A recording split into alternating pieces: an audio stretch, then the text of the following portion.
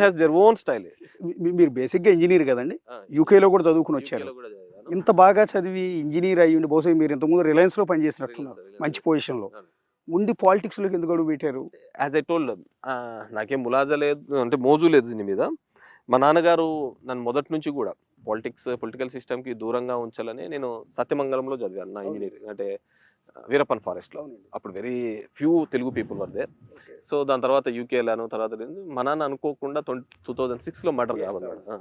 So ఆ సందర్భంలో రాజశేఖర రెడ్డి గారు మా చిన్నాన్న, ఇప్పుడు పెద్దారెడ్డి చిన్నాన్న, Tadipatri MLA, he was in sub jail ఒక కేసులో ఉన్నాడు. సో ఎవరు లేరు. ఇక్కడ లోకల్ బాడీ ఎలక్షన్స్ వచ్చినాయి, జెడ్పీటీసీ ఎంపీటీసీ ఎలక్షన్స్ వచ్చినాయి.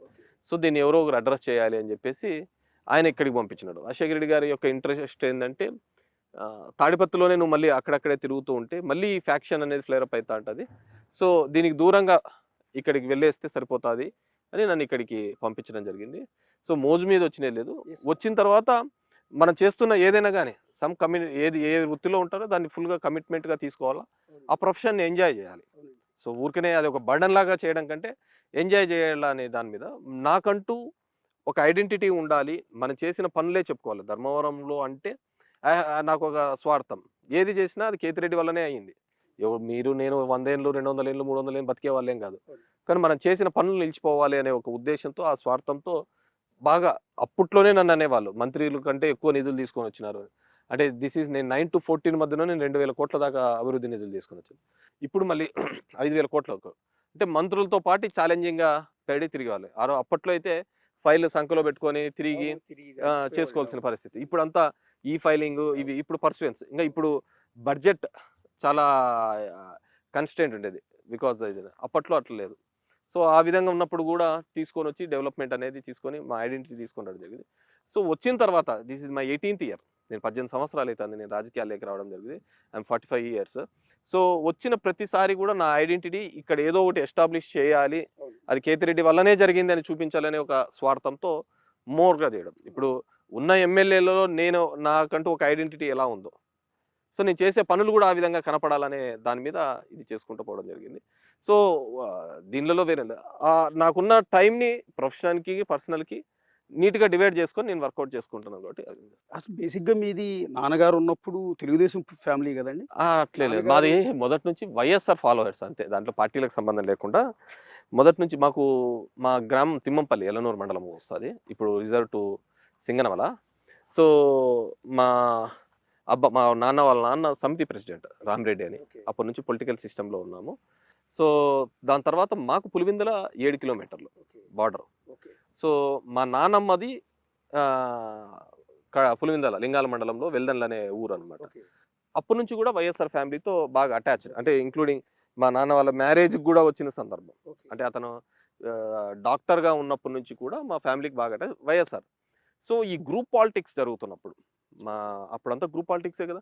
విజయభాస్కర్ రెడ్డి వర్గం, జనార్దన్ రెడ్డి వర్గం, రాజశేఖర రెడ్డి వర్గం, చెన్నారెడ్డి వర్గం, ఈ గ్రూప్ పాలిటిక్స్ ఉన్నప్పుడు మేము వైఎస్ఆర్ ఫ్యామిలీ సైడ్ మొదటి నుంచి ఉండడం జరిగింది. 94లో అప్పుడు విపరీతమైన తెలుగుదేశం గాలిలో మాకు టికెట్ కూడా, మేము వైఎస్ఆర్ గుంపులో ఉన్నప్పుడు కూడా మాకు టికెట్ ఇప్పలేకపోయినారు రాజశేఖర రెడ్డి బికాస్ ఆఫ్ ఆ గ్రూపిజంలో. అంటే అప్పుడు పీసీసీగా సిఎల్పిగా 26 మందే గెలిచారు. We lost here by 1200 votes. అంత స్వింగ్లో ఇండిపెండెంట్గా ఏ టికెట్ వచ్చినా మేము గెలిచిపోయేవాళ్ళం. ఇండిపెండెంట్గా 1200 votes మేము వీ లాస్ట్ ఎలక్షన్ ఇక్కడ. సో దాని తర్వాత తెలుగుదేశం టెన్యూర్ ఏర్పడింది. మాకు పొలిటికల్ రైవలరీస్ అప్పుడున్న గ్రూప్ రాజకీయాల్లో జేసీ ఫ్యామిలీ మొదటి నుంచి కూడా జేసీ ఫ్యామిలీతోనే రైవలరీస్ ఉంది. సో ఆ రైవలరీస్ ఉన్నప్పుడు రాజశేఖర రెడ్డి గారు ఎలా చెబితే అలా చేసేవాళ్ళం.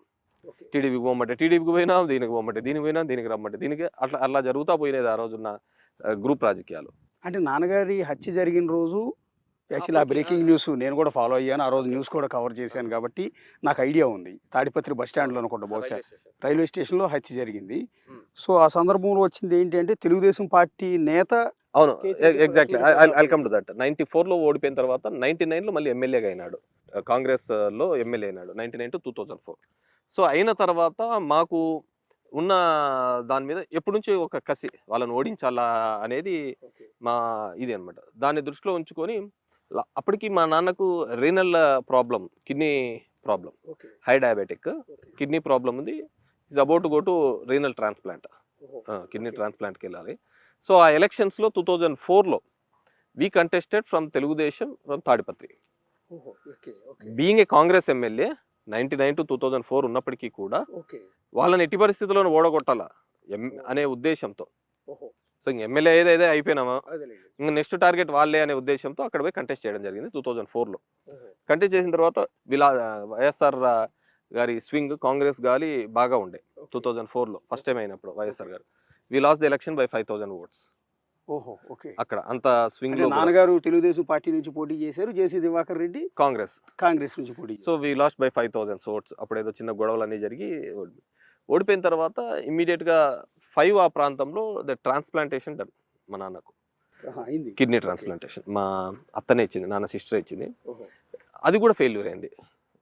కిడ్నీ ట్రాన్స్ప్లాంట్ ఫెయిల్ అయింది. That the part of surgery టైప్లో హైపర్ టెన్షన్ బీపీ అవన్నీ కంట్రోల్ కాక అది ఫెయిల్ అయిపోయి నియర్లీ 1 year దాకా హాస్పిటల్లోనే స్పెండ్ చేసినారు. 4 రీనలు అంతగా ఉండరు అనమాట. Is tough guy. స్పెండ్ చేయడం జరిగింది. స్పెండ్ చేసిన తర్వాత మేము కాంగ్రెస్ పార్టీలోకి, అంటే మాకున్న అనుబంధంతో వైఎస్ఆర్తో కాంగ్రెస్ పార్టీలోకి మళ్ళీ వస్తాడు ఇతను, మళ్ళీ వస్తే మళ్ళీ ఇవన్నీ అవుతాయి, సూర్యుడు వస్తే మళ్ళీ ఇబ్బంది అవుతుందని చెప్పేసి హీ వాజ్ అలోన్. మా అమ్మ వాళ్ళు షిరిడీకి వెళ్ళారు, మేము హైదరాబాద్లో ఉన్నాము. హీ వాజ్ ట్రాన్స్ప్లాంట్, అంటే ఒకరి చెయ్యి పట్టుకోలేనిదే కూడా నడవలేని పరిస్థితి మా నాన్న. ఒకరి చెయ్యి పట్టుకుంటే కూడా నడవలేని పరిస్థితి. సో మళ్ళీ ఇలా మళ్ళీ వస్తే మళ్ళీ ఇబ్బంది అవుతుందనే సందర్భంలో నాన్నను రైల్వే స్టేషన్లో మర్డర్ చేయడం జరిగింది.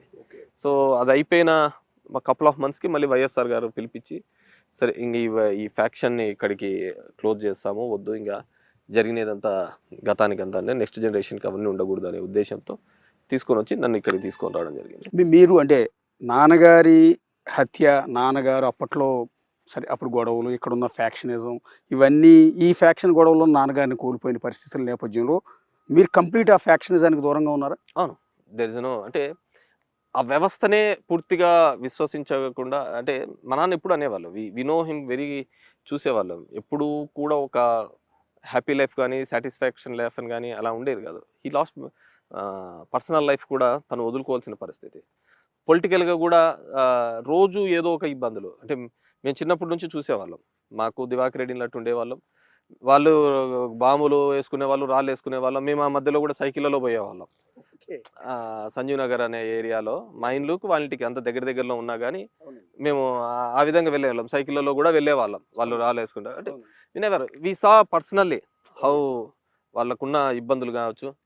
సో నన్ను ఇక్కడికి వచ్చిన తర్వాత మనం చదువుకున్న వాళ్ళగా అంతంత చదువుకున్న వచ్చిన తర్వాత ఫ్యాక్షన్ అనే ఒక పెనుభూతం